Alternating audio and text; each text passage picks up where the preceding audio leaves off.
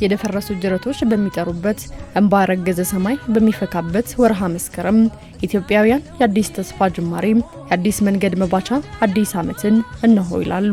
ታዲያኔ ምድር አይን በማያስነቅል ውበት ቀልብ በሚሰርቅ ልምላሜ ታጊጣለች። ከወርሃ መስከረም የልምላሜ ምልክት መካከልም የአዲስ ዓመት አብሳሪዋ አደይ አበባ አንደኛዋ ናት። የአዲስ ዓመት ብስራቷ አደይ አበባ የኢትዮጵያውያን የብቻ መገለጫ እስከ መሆን የደረሰ ትርጓሜ አላት። ሀገራችን ኢትዮጵያ ወደ 460 የሚሆኑ የብርቅዬ እጽዋቶች አሉ። ከዚህ ውስጥ እንግዲህ ያው አደይ አበባ አንዷ ናት ማለት ነው።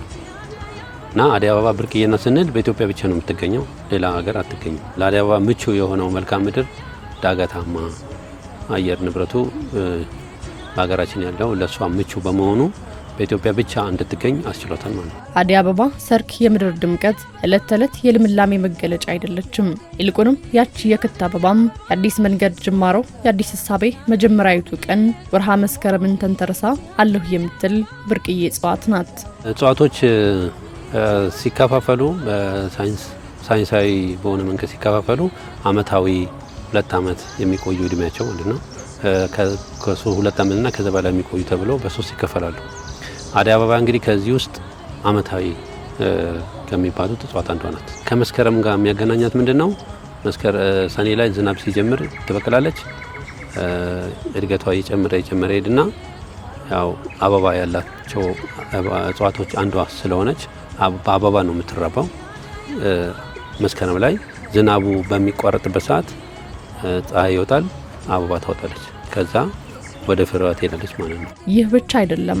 ወርቃማ ውበት አደይ አበባ ምድር በሚያጥለቀልቅበት የሐሴት መዓዛ በሚያውድበት ከቀጠሯ ከአመት መለያነቷ ዝንፍ ማለትን የማታውቀውም የመስቀል ወፍም የአይን ምግብ ሆናም ብቅ ትላለች። የመስከረም ወር በምናይበት ሰዓት ያው ዝናቡ ይቀንሳል። አበቦች አደይ አበባ ብቻ ሳይሆን ሌሎች አበቦችም ማበብ የሚጀምሩበት ወቅት ነው። ዝናቡ ሲቀንስ ፀሐይም ይወጣል። ያ ደግሞ አበባ ላይ የሚመገቡ ነፍሳትን ደግሞ የሚመገቡ ወፎች ይወጣሉ። ወፏ ደግሞ ነፍሳትን የምትመገብ አልፎም ደግሞ የአበባውን ስኳር ክፍል የምትጠቀም በመሆኑ አብራ ትወጣለች። ስለዚህ ምንድነው የሚያገናኛቸው? ሁለቱም የምግብ ሰንሰለት ስለሚኖር ሁለቱም በዛ ሰዓት ብቅ ይላሉ። ምክንያቱም ከዛ በፊት የመስቀሉ ብትመጣ የምትመገበው አበባ አይኖርም፣ የምትጠቀመው ምግብ አይኖርም። የአይን ምግብ የተስፋ ምልክቱ አበባም ከባህላዊ ትውፊት የዘለለ እስከ መድኃኒትነት የዘለቀ ትሩፋትን ያቀፈች ስትሆን ለመልክዓ ምድር ጥበቃም ቢሆን ወደር የለሽ እጽዋት ተደርጋም ትወሰዳለች። አደይ አበባ ከባህላዊ ሴት በተጨማሪ በአንጀት ውስጥ ያለ ህመም ያስታግሳል። የወባ በሽታን ትከላከላለች።